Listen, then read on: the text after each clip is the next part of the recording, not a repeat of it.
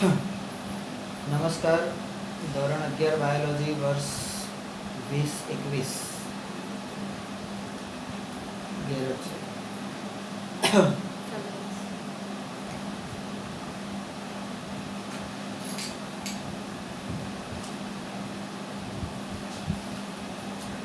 અગિયારમાના બાયોલોજીમાં આપણે પ્રકરણ 6 સપુષ્પી વનસ્પતિઓની અંતસ્થ રચના, એમાં બીજો ભાગ પેશીતંત્ર જોઈએ છે. પેશીતંત્રમાં આપણે 3 પ્રકારના તંત્રો ભણવાના છે. એમાં આપણે એક તંત્ર અધિસ્તરીય પેશીતંત્ર એ ગઈકાલે જોયું. આજે આપણે આધાર પેશીતંત્ર એટલે આધારોત્તક પેશીતંત્ર, ધ ગ્રાઉન્ડ ટિશ્યુ સિસ્ટમ.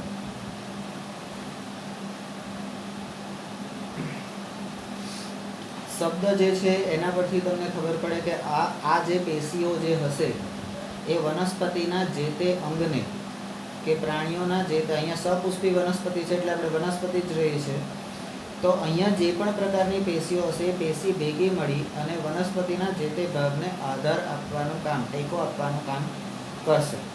બરાબર? તો અધિસ્તર અને વાહિકુલો એટલે કે વાસ્ક્યુલર બંડલ્સ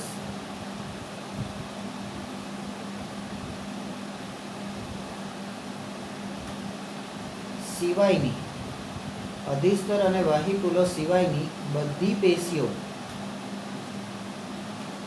આધાર પેશી તંત્રની રચના કરે છે. એટલે આપણું જે અધિસ્તરીય પેશી તંત્ર હતું એની અંદરનું આ અધિસ્તર અને વાહિકુલ, આ બે સિવાય બાકીની વનસ્પતિની જેટલી પણ પેશીઓ છે એ આધાર પેશી તંત્રની રચના કરે છે. બરાબર? એમાં કઈ કઈ પેશીઓનો સમાવેશ થાય છે એ આપણે જોઈએ. તો આ આધાર પેશી તંત્ર,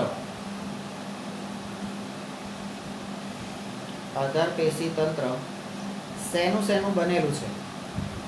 તો કે મૃદુતક, સ્થૂલકોણક અને દ્રઢોત્તક જેવી સરળ પેશીઓનું બનેલું છે. મૃદુતક, સ્થૂલકોણક અને દ્રઢોત્તક. નંબર 3, એમાં જે મૃદુતક કોષો એટલે મૃદુતક, આધાર પેશી તંત્ર 3 પ્રકારની સરળ પેશીઓનું બનેલું છે. એમાં જે મૃદુતક કોષો છે એ સામાન્યતઃ, બરાબર, બાહ્યક એટલે મૃદુતકમાં બાહ્યક, બરાબર, જેને આપણે કોર્ટેક્સ કહીશું, પરિચક્ર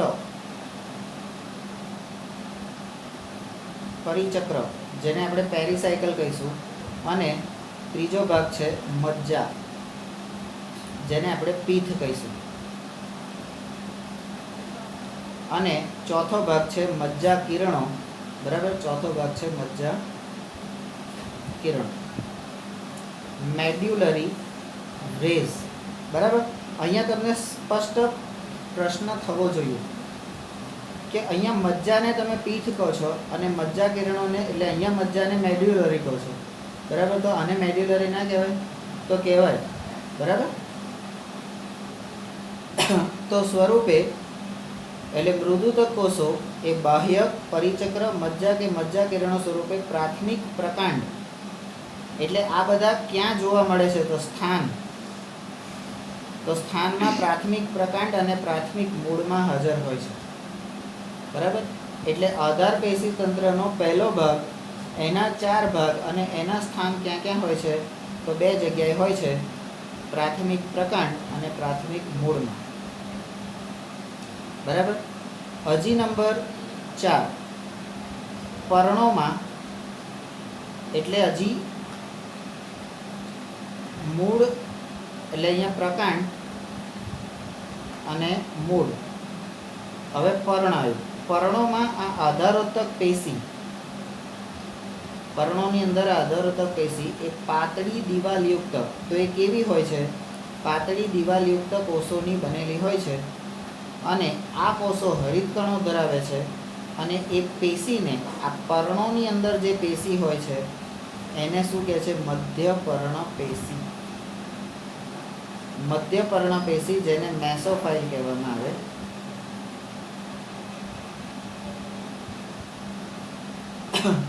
મધ્યપર્ણ પેશી કહેવામાં આવે છે.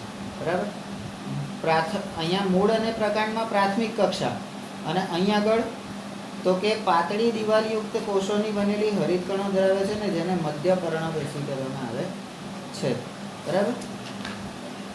ત્યાર પછી તો અહીંયા આપણું આધારોત્તક પેશી તંત્ર હતું, જેને આપણે માળખાગત પેશી તંત્ર પણ કહીએ છીએ. આધારોત્તક પેશી તંત્રને આપણે માળખાગત પેશી તંત્ર પણ કહીએ છીએ. બરાબર. એ અહીંયા આગળ આપણું પૂરું થઈ ગયું. હવે આપણું ત્રીજા પ્રકારનું જે તંત્ર છે પેશી તંત્ર, બરાબર, એને આપણે વાહક એટલે કે સંવહન પેશી તંત્ર, જેને vascular tissue system, vascular tissue system કહેવામાં આવે છે. તો પેશી તંત્રમાં કેટલા પ્રકારના તંત્રો આવે? આપણે કયા કયા? ખબર જ હતી. પેશી તંત્રમાં 3 પ્રકાર: અધિસ્તરીય, આધારક અને વાહક. આધારકમાં 3 આવે. બરાબર. એટલે સાબિત થાય કે આપણે અહીંયા છે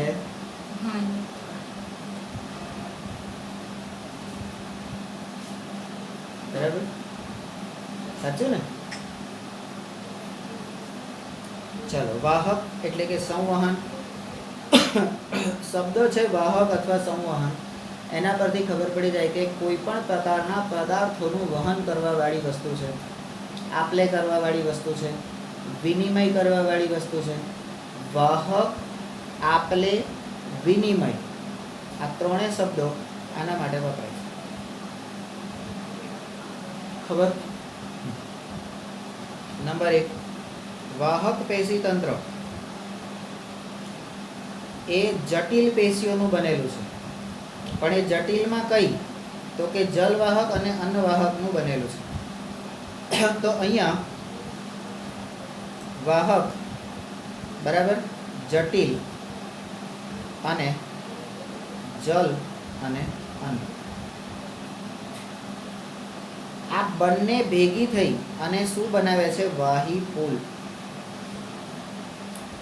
નંબર 2, આ જલવાહક અને અન્નવાહક ભેગી મળીને વાહી પુલ બનાવે છે, બ્રિજ. અહીંથી ત્યાં સુધી પહોંચવાનું, ત્યાંથી અહીં સુધી પહોંચવાનું. બરાબર. તો એના માટે આપણે શું જોઈએ? પુલ જોઈએ ને. તો એ પુલ અહીંયા બનાવે છે. આકૃતિ 6.5 વિવિધ વાહી પુલો અહીંયા આગળ બતાવ્યા છે તમને. બરાબર. એમાં વાહી પુલોના પ્રકાર બતાવ્યા છે: અરીય, સહસ્થ અવર્ધમાન અને સહસ્થ વર્ધમાન. બરાબર. તો એના પરથી આપણને ખબર પડી જાય. પહેલા છે અરીય, બીજા છે સહસ્થ અવર્ધમાન અને ત્રીજા છે સહસ્થ વર્ધમાન. બરાબર. જેની અંદર એધા, આપણે આગળ એક વાક્ય આવ્યું હતું કે એધાની હાજરી, તો અહીંયા આગળ એધા આવી. બરાબર. ચલો, નંબર 3. હવે ઉદાહરણ: દ્વિદળી વનસ્પતિમાં, દ્વિદળી વનસ્પતિઓના પ્રકાંડમાં, દ્વિદળી વનસ્પતિના પ્રકાંડમાં આ જલવાહક અને અન્નવાહક પેશીની વચ્ચે એધા એટલે કે કેમ્બિયમ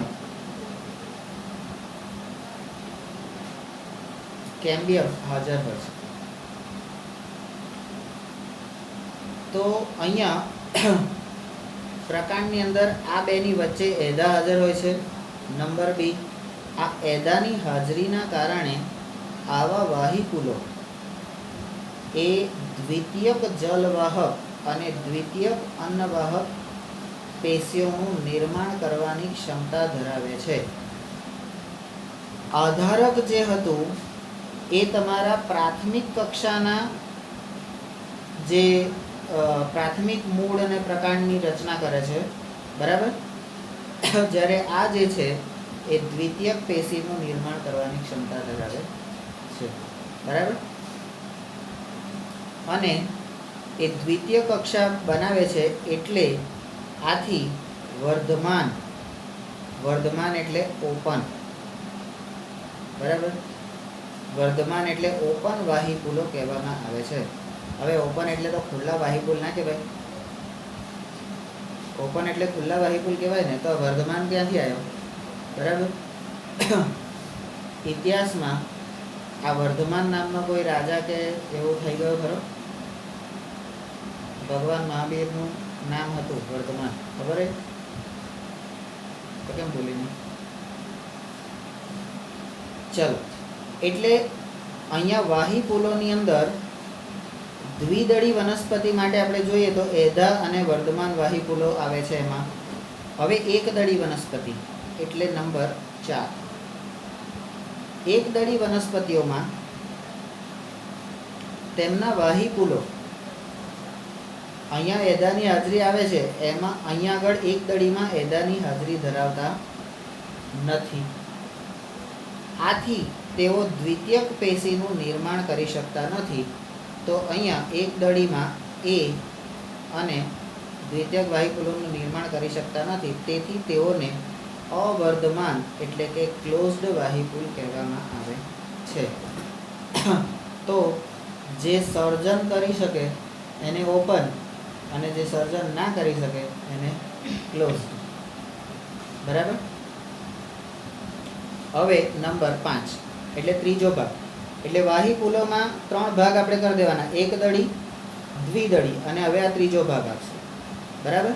જ્યારે વાહિપુલમાં જલવાહક અને અન્નવાહક એ જુદી જુદી ત્રિજ્યા પર, બરાબર, દ્વિતીયકનું નિર્માણ કરતા નથી કે કરે છે એવું નહીં, પણ કે જુદી જુદી ત્રિજ્યા પર એકાંતરિક રીતે, એટલે એક જલવાહક, એક અન્નવાહક, એક જલવાહક, એક અન્નવાહક, એ રીતે ગોઠવાયેલી હોય તો તેને અરીય એટલે કે રેડિયલ વાહિપુલ કહેવામાં આવે છે.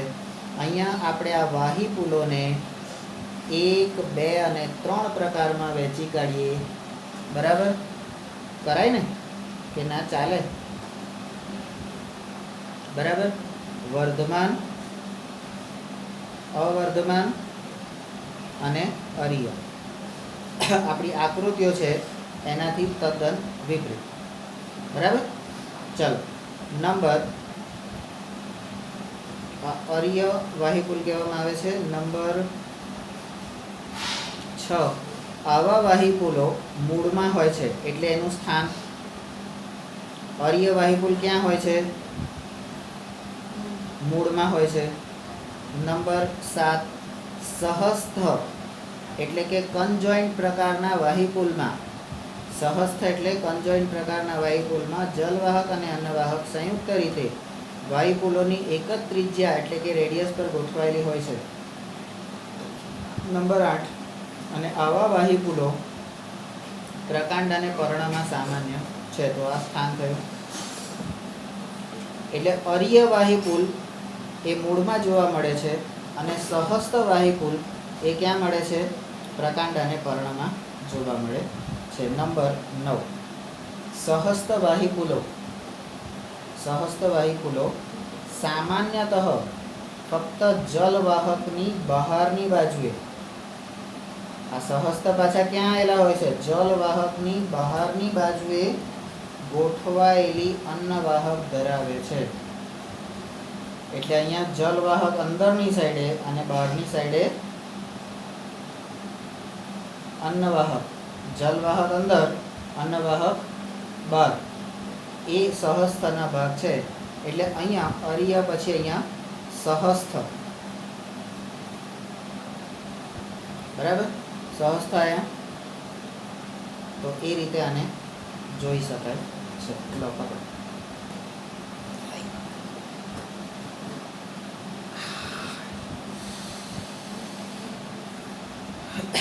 ચલો, તો આપણા પેશી તંત્રનો જે ટોપિક છે એમાં 3 પ્રકારના પેશી તંત્રો આપણે જોવાના હતા: અધિસ્તરીય, આધારક અને વાહક, બરાબર. તો એ 3 વસ્તુ આપણે જોઈ. બરાબર. હવે આપણો ત્રીજો ટોપિક છે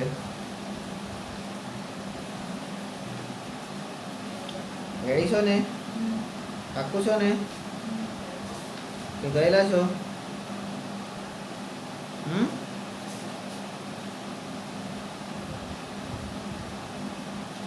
ચાલો ત્રીજો ટોપિક તો 6.3 દ્વિદળી અને એકદળી વનસ્પતિઓની અંતસ્થ રચના. એનાટોમી ઓફ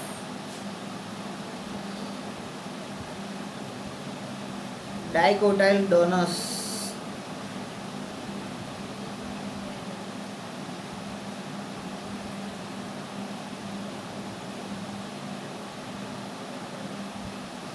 અને મોનોકોટાઇલડોનસ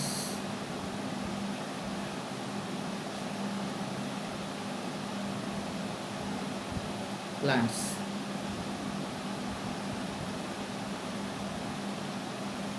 ડાયકોટાઇલ, ડાય એટલે દ્વિ અને મોનો એટલે એક. બરાબર. પેલું મોનોમર, હા, પોલીમર આવું કંઈક આવતું હતું છે ને. તો દ્વિદળી અને એકદળી વનસ્પતિઓની અંતસ્થ રચના એટલે આપણે જે સપુષ્પી વનસ્પતિઓની અંતસ્થ રચના ભણવાની હતી એ અંતસ્થ રચના, એમાં આપણે દ્વિદળી વનસ્પતિની અંતસ્થ રચના આપણે જોઈએ છીએ. બરાબર.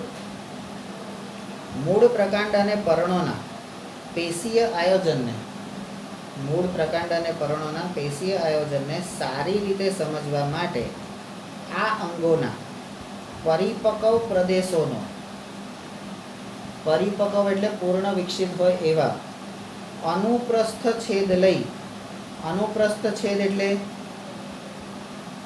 ઇન્દ્રપ્રસ્થ જેવો ના, ઊભો. બરાબર. ઊભો કે આડો?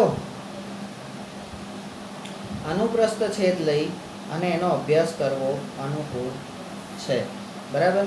તો હવે આપણે પહેલાં જોઈએ છે 6.3.1 દ્વિદળી મૂળ ડાયકોટાઇલડોનસ રૂટ નંબર 1.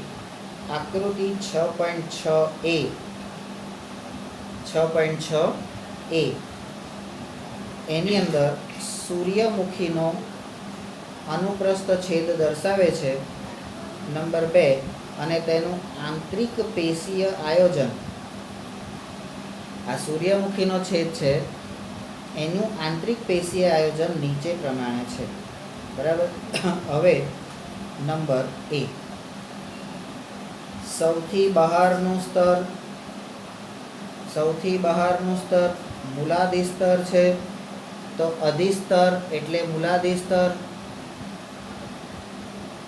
બરાબર. નંબર 1 અહીંયા આપણે કહીશું. નંબર 2 ઘણા મૂલાદિસ્તરીય કોષો, ઘણા મૂલાદિસ્તરીય કોષો એક કોષીય મૂળ રોમ, મૂલાદિસ્તર મૂળ રોમ સ્વરૂપમાં બહાર નીકળે છે. એટલે મૂળ રોમ આવ્યું 2 નંબર.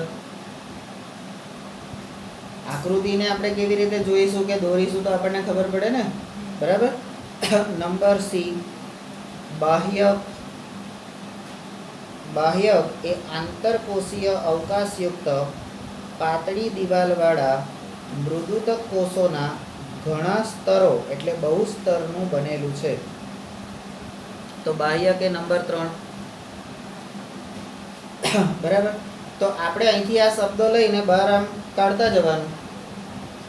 બરાબર. નંબર ડી બાહ્યકના સૌથી અંદરના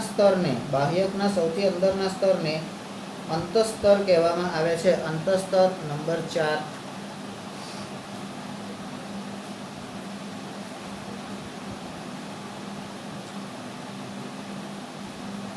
આ કેટલા? 4.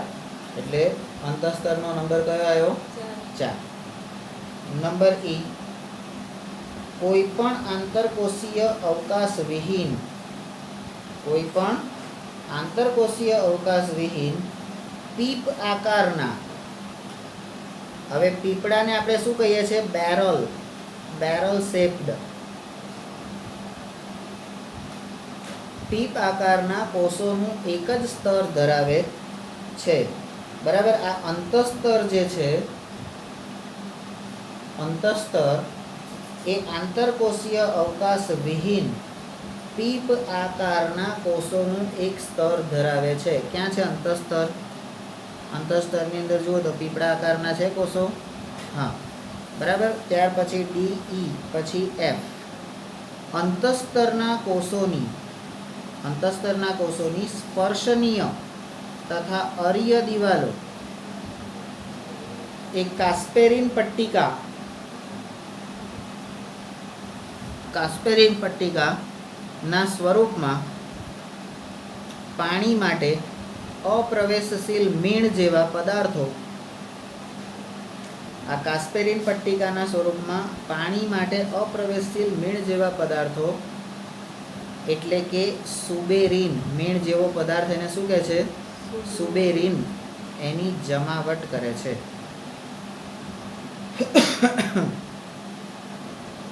બરાબર. તો અહીંયા જે તમને ગોળાકારમાં બહારની સાઈડે આપેલા છે એને આપણે અંતસ્તર કહીએ તો એના સ્પર્શનીય એટલે એને અડીને અને અર્ય દિવાલો જે છે એ કાસ્પેરિયન પટ્ટિકાના સ્વરૂપમાં આ સુબેરીનની જમાવટ કરે છે. બરાબર. અને સુબેરીન શું છે? મીણ જેવો પદાર્થ છે જે પાણી માટે અપ્રવેશશીલ છે. એટલે સુબેરીન પાણી માટે અપ્રવેશશીલ મીણ જેવો પદાર્થ છે. બરાબર. નંબર એફ પછી જી. અંતસ્તર પછી જાડી. અંતસ્તર પછી જાડી દિવાલવાળા મૃદુતક કોષોના કેટલાક સ્તરો આવેલા છે જે પરિચક્ર તરીકે ઓળખાય છે. હવે આવ્યું પરિચક્ર. બરાબર. અને પરિચક્રની વચમાં શું આવ્યું? તો કાસ્પેરિયન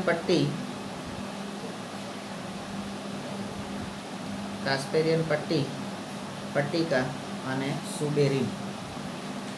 અંદર ક્યાં છે આપણને ખબર નથી, પણ આવું અંદર હોય છે. બરાબર. હવે પરિચક્ર આવ્યું. F G H. હવે આ પરિચક્રના આ કોષોમાંથી, એટલે અહીંયા પરિચક્ર ક્યાં છે? તો આ અહીંયા આગળ પરિચક્ર છે. તો પરિચક્રના આ કોષમાંથી દ્વિતીયક વૃદ્ધિ દરમિયાન પાર્શ્વીય મૂળ અને વાહી, એટલે પાર્શ્વીય મૂળ અને વાહી એધાની ઉત્પત્તિ થાય છે. નંબર એચ પછી આઈ. બરાબર. હવે અહીંયા વાહી એધા ક્યાંય છે નહીં. બરાબર. તો પાર્શ્વીય મૂળ અને વાહી એધા એની ઉત્પત્તિ થાય છે. હવે મજ્જા નાની અને અસ્પષ્ટ એટલે ઇનકોન્સ્પિક્યુઅસ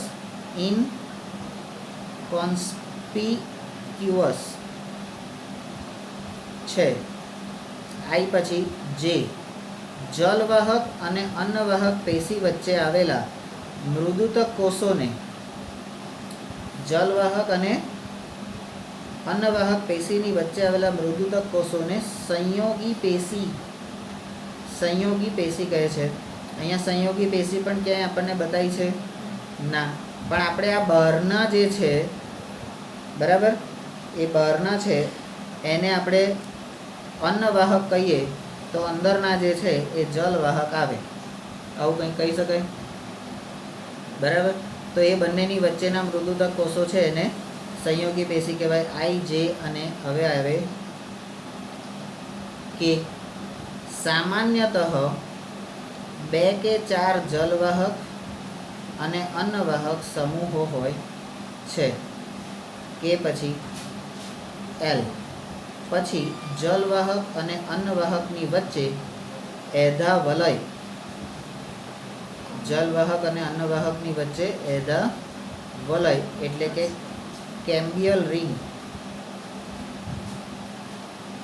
કેમ્બિયલ રિંગ વિકાસ પામે છે. IJKLM આ પરિચક્ર, વાહિપુલ અને મજ્જા જેવી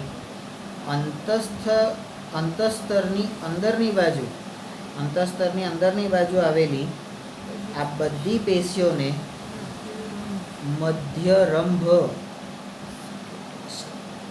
મધ્યરંભ એટલે સ્ટેલી મધ્યરંભનું નિર્માણ કરે છે. બરાબર. તો અહીંયા આ જે વચ્ચેનો ગોળ થયો એ એદાવલય રિંગ એવું આપણે કહી શકીએ. બરાબર.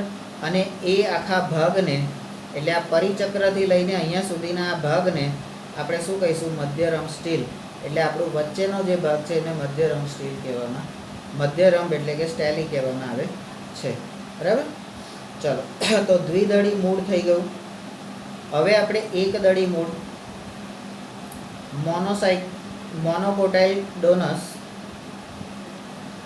મોનોકોટાઇલડોનસ રૂટ.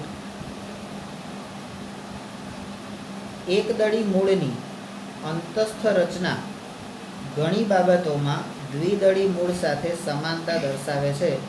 આકૃતિ 6.6b માં એ બતાવેલું છે.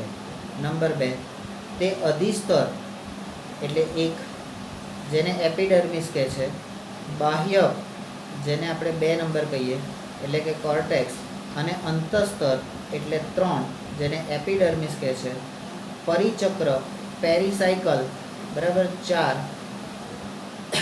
વાહિપુલો બરાબર વાસ્ક્યુલા બંડલ્સ, અને મજ્જા એટલે કે પીઠ ધરાવે છે. મજ્જા બરાબર, મજ્જા એટલે પીઠ. તો આ કયું આવ્યું? વાહિપુલો પછીનું એટલે 6થો નંબર. બરાબર. તો આ એક દળીની અંદર કેટલા વસ્તુ હોય છે તમે જોઈ શકો છો. બરાબર. અહીંયા પણ આ સેમ વસ્તુ. હવે આ બંનેમાં તમને ડિફરન્સ શું દેખાય છે? કોઈ ડિફરન્સ દેખાય છે? આ જે સ્તર છે એ થોડું ઝીણું છે અને આ સ્તર થોડું મોટું છે. આ સ્તર તમે જોઈ શકો, આની અંદર આ 1, 2 અને 3 કે 4 જ છે. અહીંયા 1, 2, 3, 4, 5, 6 બધા બહુ છે. બરાબર. તો હવે એનો ડિફરન્સ બરાબર. તો નંબર 3 દ્વિદળી મૂળ. આ દ્વિદળી મૂળમાં જે ઓછા જલવાહક સમૂહ ધરાવે છે, જલવાહક ઓછા ધરાવે છે. બરાબર. તેની સરખામણીમાં એક દળી મૂળમાં જલવાહક પેશીના સમૂહો વધુ હોય છે. એટલે એક દળીમાં જલવાહક વધારે હોય છે, આમાં ઓછા હોય છે. એટલે હું આ જે કહું છું કદાચ આ એ આપણા જલવાહક હશે. બરાબર છે. નંબર 4, જેની સંખ્યા 6 કરતાં વધારે 1, 2, 3, 4, 5, 6, 7, 8 6 કરતાં વધારે અને બહુસૂત્રી એટલે પોલીઆર્ક હોય છે. બરાબર. નંબર 5, મોટી મજ્જા અને સારી રીતે મજ્જા. આ એની મજ્જા કેવી હોય છે? મોટી અને સારી રીતે વિકાસ પામેલી હોય છે. અને નંબર 6, એક દળીના મૂળ કોઈ પણ દ્વિતીયક વૃદ્ધિ દર્શાવતા નથી. બરાબર. જ્યારે દ્વિદળીના મૂળમાં દ્વિતીયક વૃદ્ધિ દરમિયાન પાર્શ્વીય મૂળ અને બાહ્ય એધાની ઉત્પત્તિ થાય છે. બરાબર. તો આ તમારા એક દળી અને દ્વિદળી મૂળ, એ મૂળનો તફાવત થયો. આપણે એક દળી અને દ્વિદળી એટલે અહીંયા લખવાનું મૂળ એટલે અંગો, એક દળી દ્વિદળી મૂળ, એમાં એક દળીમાં શું લખવાનું, દ્વિદળીમાં શું લખવાનું. પછી એ રીતે દ્વિદળી પ્રકાંડ અને એક દળી પ્રકાંડ. બરાબર. પછી એ રીતે પર્ણ, તો એમાં પણ એક દળી દ્વિદળી. બરાબર. અને ત્યાર પછી તમારી દ્વિતીય વૃદ્ધિ આવશે. બરાબર. તો મૂળની અંદર જે તફાવત છે તો એ અહીંયા આગળ આપણે એવું કહી શકીએ કે અંતસ્તર પછી જે રચના છે એ રચનામાં અહીંયા જલવાહક ઓછી હોય છે, અહીંયા જલવાહક વધારે હોય છે, અને 6 કરતાં વધારે હોય છે. આપણે જોયું કે 8 છે, બરાબર. ખબર પડી કે ના પડી? પડી ને? બસ. નમસ્તે.